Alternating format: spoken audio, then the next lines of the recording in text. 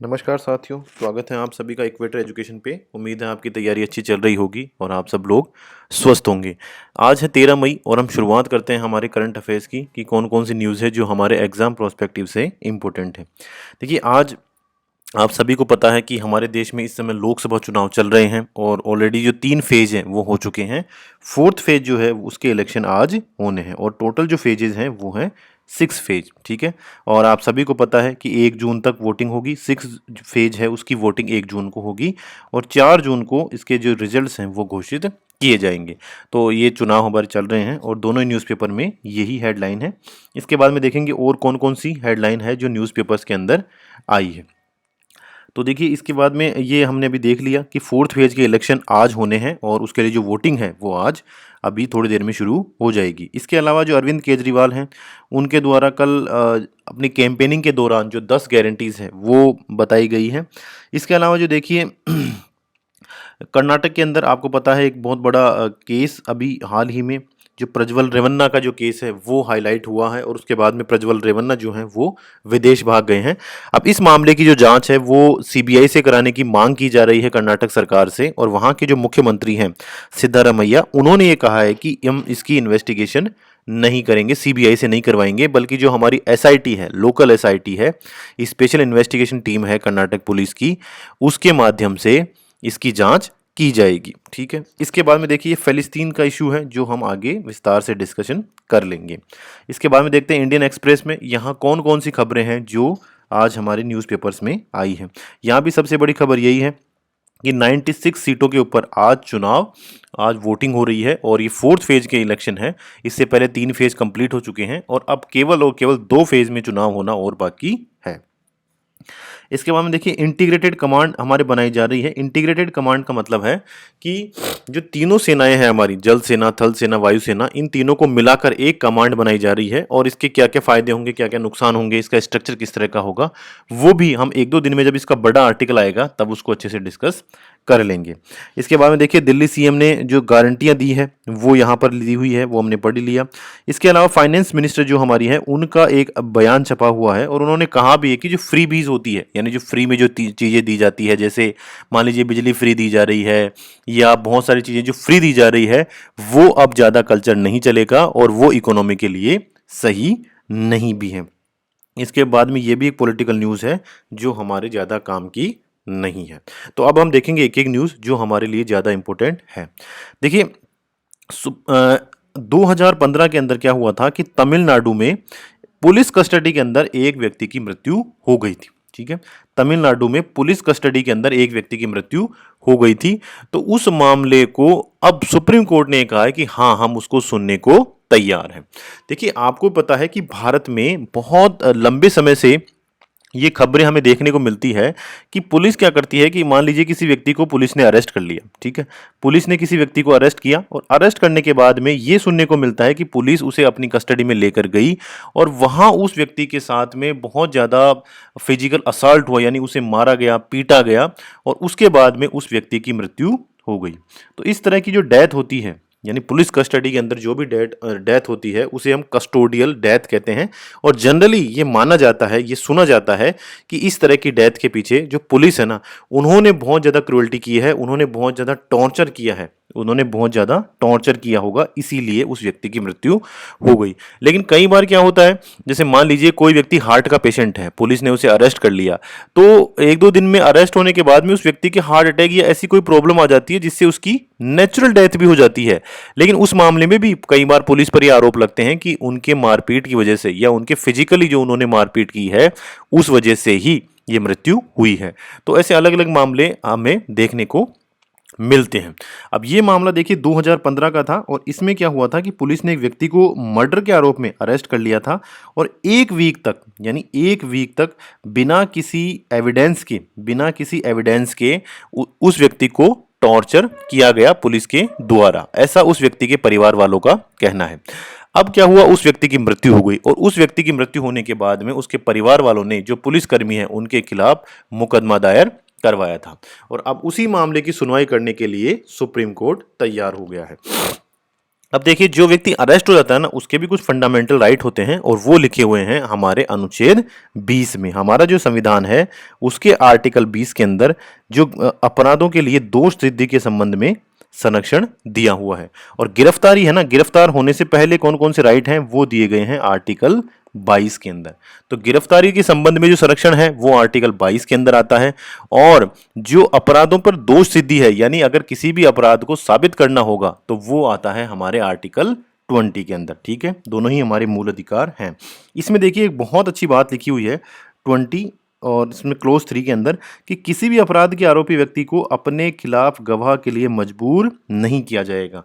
यानी पुलिस किसी भी व्यक्ति को मारपीट करके या प्रेशराइज करके ये नहीं कह सकती कि भाई आप अपराध को कबूल करो। ठीक है, अगर कोई व्यक्ति स्वेच्छा से अपने अपराध को कबूल करता है तो ठीक है, लेकिन अगर पुलिस कस्टडी के अंदर पुलिस के द्वारा दबाव बनाकर अगर किसी व्यक्ति से ये कहा जाता है या मजबूर किया जाता है कि आप अपने अपराध को स्वीकार करो, तो ये मूल अधिकारों का हनन है। और देखिए, आपको ये पता भी होगा, जो हमारा इंडियन पिनल कोड है या जो हमारी सीआरपीसी है, दोनों ही कानूनों के अंदर स्पष्ट रूप से प्रावधान है कि पुलिस कस्टडी के अंदर अगर कोई व्यक्ति बयान देता है ना, तो वो बयान एडमिसेबल कोर्ट के अंदर नहीं है।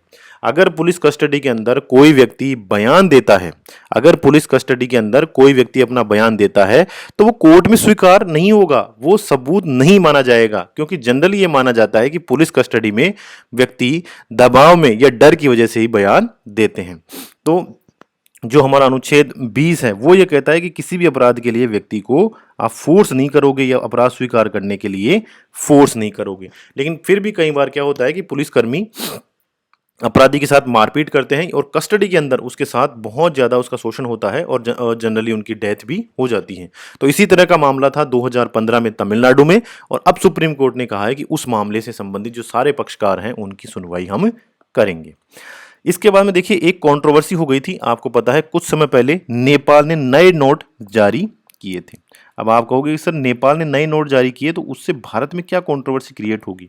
तो देखिए इसमें हुआ क्या कि नेपाल ने नए नोट जारी किए और उन नोटों के अंदर नेपाल ने क्या किया कि जो कुछ साइट्स थी जो इंडिया के कंट्रोल में है और इंडिया और नेपाल दोनों ही देशों में उनको लेकर विवाद है, उससे नेपाल ने अपने क्षेत्र के अंदर दर्शा दिया। वो कौन कौन सी साइट है, देखिए ये रहा, लिम्पियाधुरा, लिपुलेक और कालापानी। तो ये तीन ऐसी जगह है बॉर्डर के ऊपर, भारत और नेपाल के बॉर्डर के ऊपर तीन ऐसी जगह है जिसपे लिम्पियाधुरा, लिपुलेक और कालापानी, इन तीन जगहों को लेकर भारत और नेपाल में अभी विवाद चल रहा है सीमा पर।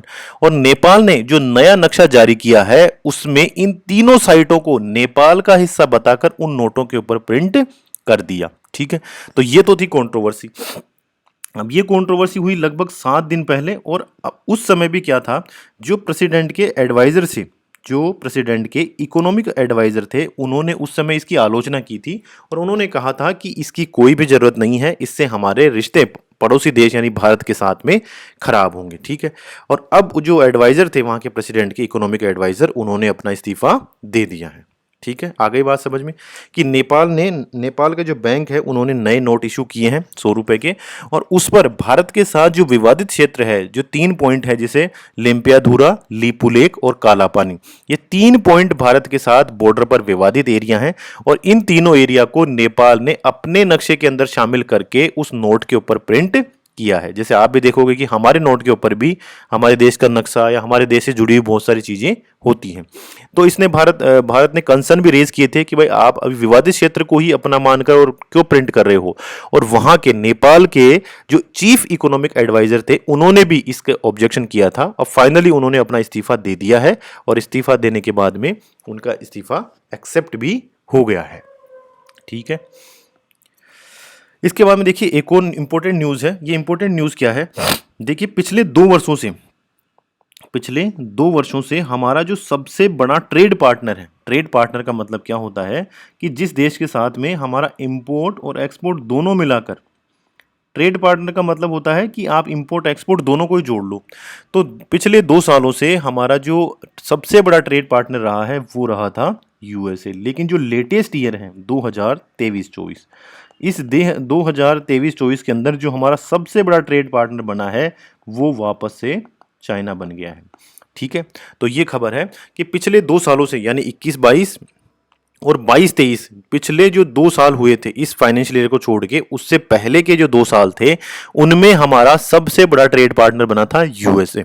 और अभी जो रिसेंटली जो ये अभी 2023-24 का वित्तीय वर्ष है, इसमें वापस से जो चाइना है वो हमारा सबसे बड़ा ट्रेड पार्टनर बन गया है। यानी हम इस दुनिया में सबसे ज्यादा जो इंपोर्ट एक्सपोर्ट करते हैं वो चाइना के साथ करते हैं, और उससे पहले के अगर 2 साल की बात करें तो वो हम यूएस के साथ करते थे। ठीक है, अब देखिए ये चिंता की बात भी है, क्योंकि यूएसए के साथ तो क्या है कि हमारा इंपोर्ट कम है। ठीक है, हमारा इंपोर्ट कम है और एक्सपोर्ट ज्यादा है। तो ये तो बड़ी सकारात्मक चीज है कि हम एक्सपोर्ट ज्यादा कर रहे हैं, इंपोर्ट कम कर रहे हैं यूएसए के साथ। लेकिन चाइना के साथ यहाँ पे उल्टा है। चाइना के साथ हमारा क्या है, देखिए एक्सपोर्ट जो है ना वो तो कम है और इंपोर्ट ज्यादा है। तो ये एक चिंता की बात है। तो चाइना हमारा जो बड़ा ट्रेड पार्टनर बन गया वो अच्छी बात है, लेकिन उससे ज्यादा चिंता की बात यह है कि हम चाइना से इंपोर्ट ज्यादा कर रहे हैं जबकि यूएस को हम एक्सपोर्ट ज्यादा करते थे। तो ये एक बड़ी चिंता की बात है। और यहाँ पर लिखा हुआ भी है कि हम कौन कौन सी चीजें चाइना से इंपोर्ट कर रहे हैं। तो देखिए हम जो है, जो एक तो देखिए आप देखो फ़ोन के पार्ट, जो स्मार्टफोन हम यूज़ करते हैं ना उसके पार्ट, और जो इलेक्ट्रॉनिक व्हीकल्स होते हैं उनके पार्ट, जनरली जो बैटरीज होती है ना, इलेक्ट्रॉनिक व्हीकल्स की जो बैटरी आती है लिथियम आयन वाली, वो भी भारत बहुत बड़ी मात्रा में चाइना से इंपोर्ट करता है। इसके अलावा जो फ़ोन के पार्ट होते हैं वो, इसके अलावा जो लैपटॉप के पार्ट होते हैं वो, तो जो इलेक्ट्रॉनिक चीज़ें हैं ना वो भारत चाइना से इंपोर्ट करता है, चाइना से ज़्यादातर मंगवाता है। और इसी वजह से इस साल भारत का जो सबसे बड़ा ट्रेडिंग पार्टनर बना है वो बन गया चाइना, यूएस को पछाड़कर। देखिए ये जो डेटा है पिछले सालों के हैं, इस लेटेस्ट ईयर का डेटा अभी आना बाकी है। तो आप इसमें देख सकते हैं कि सबसे बड़ा हमारा जो ट्रेड पार्टनर था वो यूएसए, और इसके साथ देखिए हमारा ट्रेड बैलेंस पॉजिटिव था। यानी हम एक्सपोर्ट ज़्यादा करते हैं यूएस को और वहाँ से सामान कम मंगवाते हैं। ठीक है, हम एक्सपोर्ट ज़्यादा करते हैं यूएसए को और वहाँ से सामान हम कम मंगवाते हैं। इसके अलावा अगर हम बात करें चाइना की, तो देखिए चाइना के साथ हमारा ट्रेड बैलेंस नेगेटिव है। यानी हम जितने का सामान बेचते हैं ना उससे ज़्यादा का सामान हम मंगवा लेते हैं।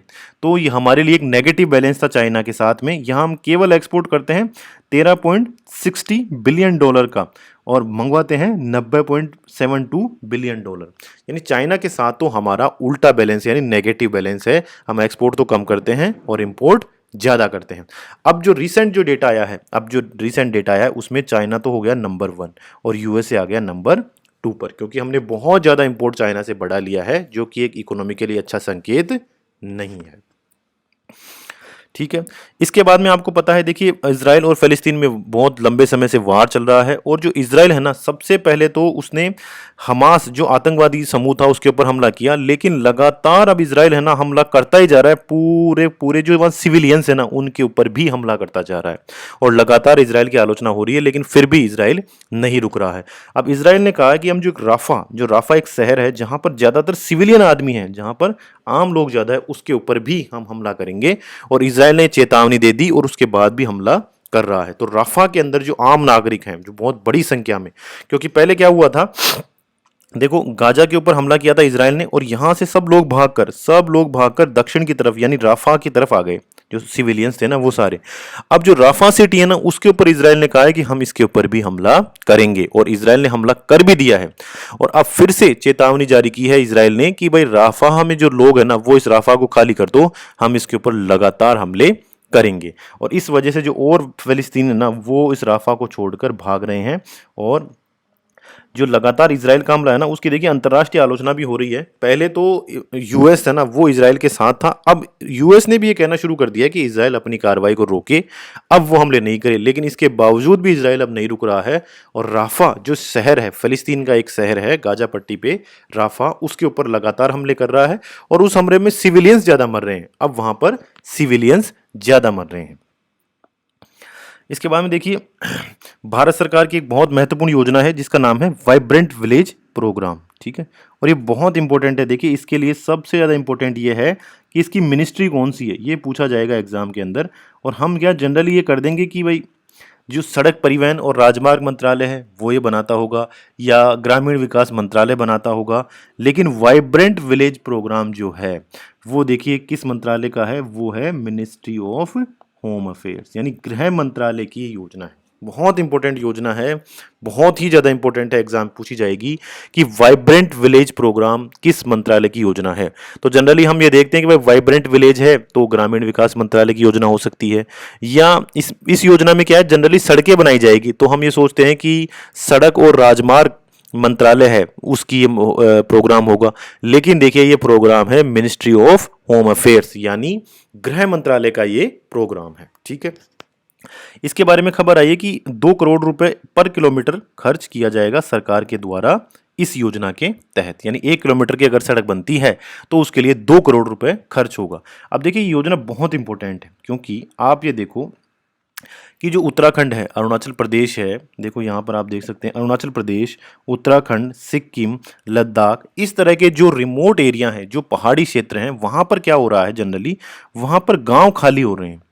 ठीक है, वहां पर गांव खाली हो रहे हैं। जो बॉर्डर के पास में हमारे गांव है, जैसे उत्तराखंड में आप देखोगे चाइना बॉर्डर है, अरुणाचल प्रदेश में चाइना बॉर्डर है, लद्दाख में चाइना बॉर्डर है, हिमाचल प्रदेश में भी हमारा चाइना बॉर्डर टच होता है। तो इस क्षेत्रों में क्या है कि हमारे जो गांव है ना बॉर्डर के, वो खाली हो रहे हैं। वो क्यों खाली हो रहे हैं? क्योंकि देखिए उन गाँवों में न तो वहां पर शिक्षा की सुविधा है, न वहां पर स्वास्थ्य की सुविधा है, और जो लोग वहां रह रहे हैं ना, उनके लिए रोजगार की कोई भी वहां पर सुविधा उपलब्ध नहीं है। इस कारण वो गांव खाली हो रहे हैं। अब देखिए बॉर्डर एरिया के गांव खाली हो रहे हैं, वहां कोई भी नहीं रह रहा, तो इस वजह से क्या है कि हमारी बॉर्डर सिक्योरिटी के ऊपर एक थ्रेट उत्पन्न हो जाता है। तो भारत सरकार ने क्या कहा कि भाई हम एक वाइब्रेंट विलेज प्रोग्राम चलाएंगे, और इस प्रोग्राम के तहत हम क्या करेंगे कि जो बॉर्डर एरिया है हमारे, कौन कौन से क्षेत्रों में, अरुणाचल प्रदेश के अंदर, उत्तराखंड में, सिक्किम में, लद्दाख में, जो हमारे बॉर्डर एरिया है, उस बॉर्डर के जो गांव है ना, उन गांवों के अंदर हम बेसिक इंफ्रास्ट्रक्चर डेवलप करेंगे। जैसे रोड हो गया, हॉस्पिटल हो गई, स्कूल हो गई, संचार की सुविधाएं हो गई, परिवहन की सुविधाएं हो गई। तो इस तरह की हम सुविधाएं वहां पर उपलब्ध करवाएंगे, और इस योजना का नाम होगा वाइब्रेंट विलेज प्रोग्राम। ये हमें बिल्कुल ध्यान रखना है कि vibrant village program ministry of home affair का प्रोग्राम है।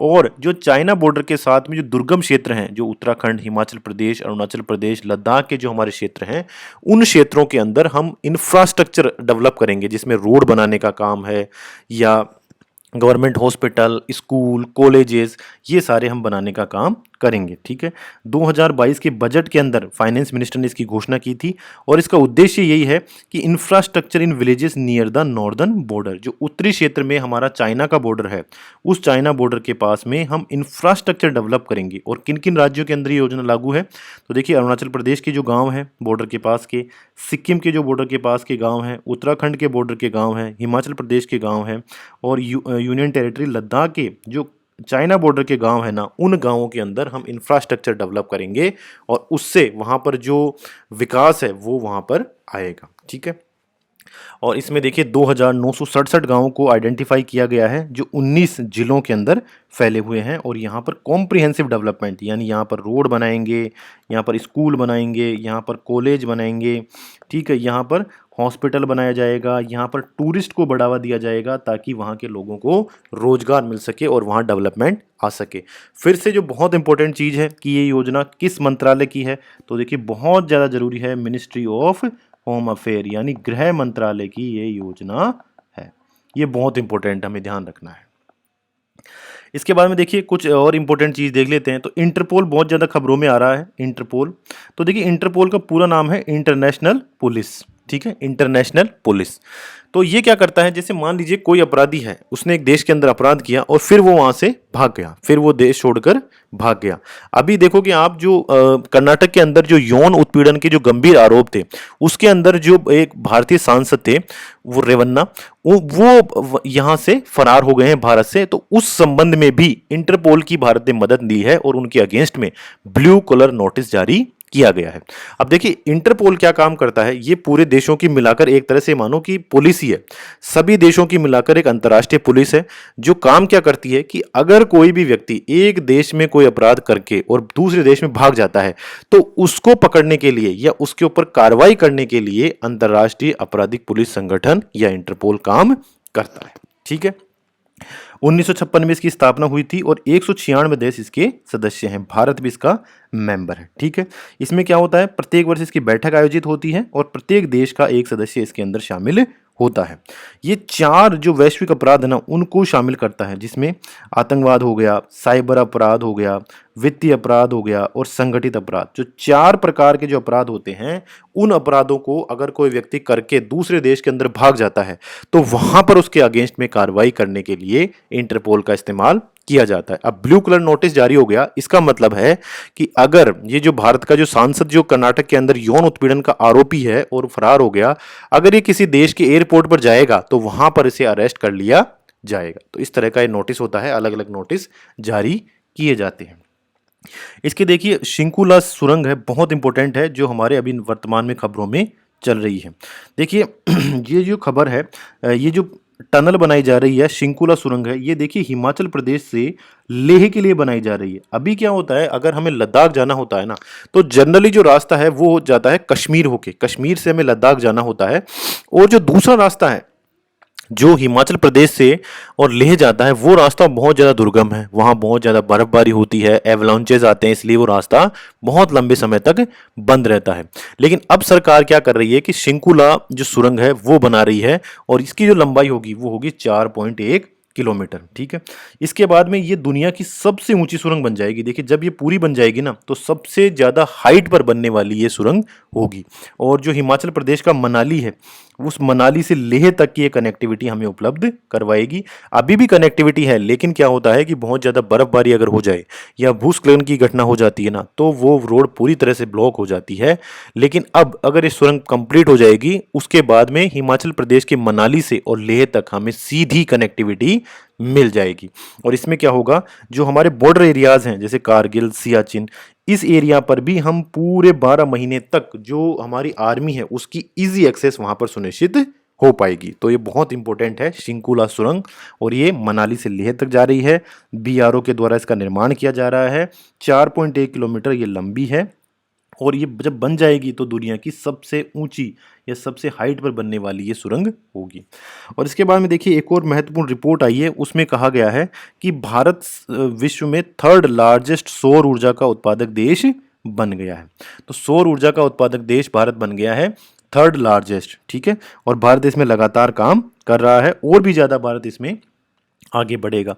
अब देखिए भारत ने, आपको पता है जो INDC हैं, जो पेरिस क्लाइमेट समिट हुआ था, तो उसमें भारत ने एक घोषणा भी की थी कि 2030 तक हम 40% जो अपनी एनर्जी है ना, वो सोलर एनर्जी से जनरेट करने की स्थिति में होंगे। तो इस दिशा में भी भारत लगातार तेजी से आगे बढ़ रहा है।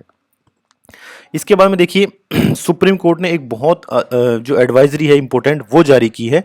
और सुप्रीम कोर्ट ने कहा है कि देखिए बहुत सारे एडवर्टाइजमेंट हम टीवी के ऊपर देखते हैं, जैसे बड़े बड़े सेलिब्रिटीज आते हैं, जैसे अक्षय कुमार हो गया, कैटरीना कैफ हो गई, तो बहुत बड़े बड़े सेलिब्रिटीज आते हैं। और ये सेलिब्रिटीज क्या करते हैं, इन सेलिब्रिटीज के आने से बहुत ज़्यादा फर्क पड़ता है व्यक्तियों के ऊपर। मान लीजिए आपकी पसंदीदा कोई सेलिब्रिटी अगर किसी का प्रचार कर रहे हैं, तो फिर हम जो व्यक्ति होता है ना, वो भी उससे प्रभावित होकर उस उत्पाद का उपयोग करता है।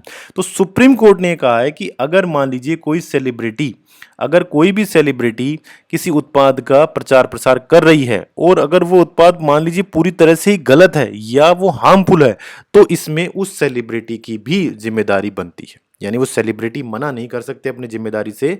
अगर कोई भी सेलिब्रिटी प्रचार प्रसार करती है किसी भी उत्पाद का, तो उस उत्पाद के बारे में उस सेलिब्रिटी की जवाबदेही भी बनती है। अगर वो अनैतिक रूप से उसका प्रचार प्रसार करते हैं, तो उस सेलिब्रिटी की भी या उस इन्फ्लुएंसर की भी जिम्मेदारी बनती है। वो पूरी तरह से उससे मना या उसको डिनाय नहीं कर सकते। तो एक दिशा निर्देश जारी हुआ है। उम्मीद है आज का वीडियो आपके लिए यूजफुल रहा होगा। आप सभी का धन्यवाद। Thank you very much.